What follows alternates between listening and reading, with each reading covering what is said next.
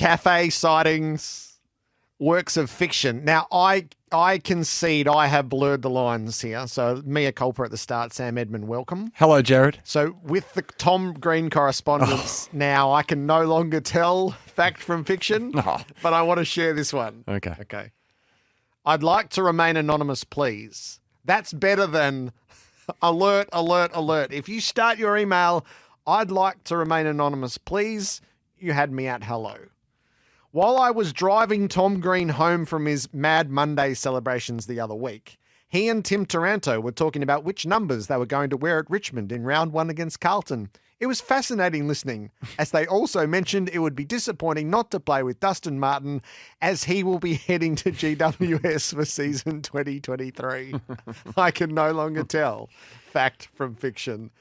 To our correspondent, salute. Oh, that's solid. I don't reckon that's as good as yesterday's version, though, where you had me guessing right until the end there, the Korean nail salon. That had me absolutely going. Sam Edmund for Effective Freight Solutions gets started with us today. Where would you like to ring the bell? You know what? With Tom Green, I promised that we'd get something concrete on Tom Green. Yep. Not to ruin our running gag, because it has provided great humour. Got weeks to go. I anticipate much to come. But we can put it all in the fantasy basket. He's not going anywhere. He's staying. And I know there's a lot of movement, which we'll get to at GWS in a moment. But for the record, Tom Green is not going to Richmond. He's not going anywhere. I'm still going to read your correspondence. Yeah, you've got to do that. Hey, while the door is ajar, that's always possible. Ross Lyon, the news in The Age as of this morning, that he has declined to be part of the process to be the next coach of Essendon. He was approached by the football boss, Josh Marnie, The Age reports recently, but the former St Kilda and Fremantle coaches told Essendon he's content staying in the media and obviously working in real estate as well. And this is a hard time for clubs at the best of times. Imagine trying to do it without a coach, where you're being linked to everyone.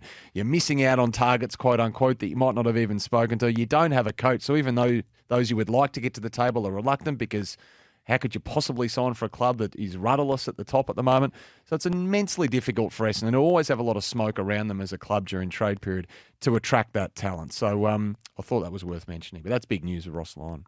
0 in on the Giants.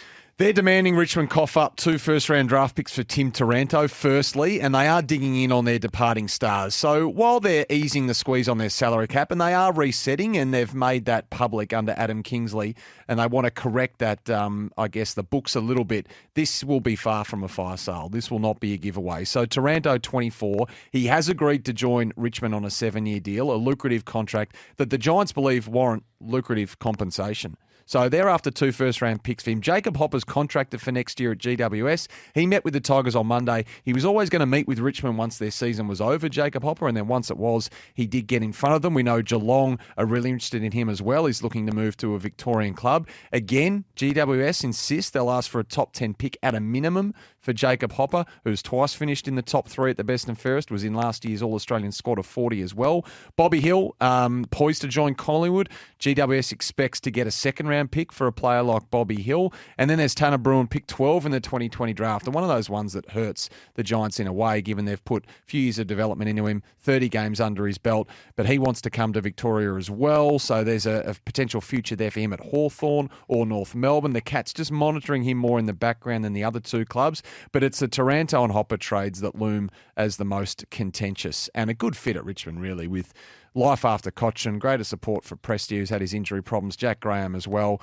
But we did speak about the draft hand yesterday, didn't we, with Richmond? That makes things a little bit complicating. No, not a little bit complicated. It's very complicated. How you come up with 3 first-round picks to satisfy that is an actual impossibility. Can't see it at the moment, can you? So whether they get them both or they prioritise Taranto, as I think is where it sits at the moment. He's the one that they've got a contract in place for him, of course. He's the one they've always prioritised.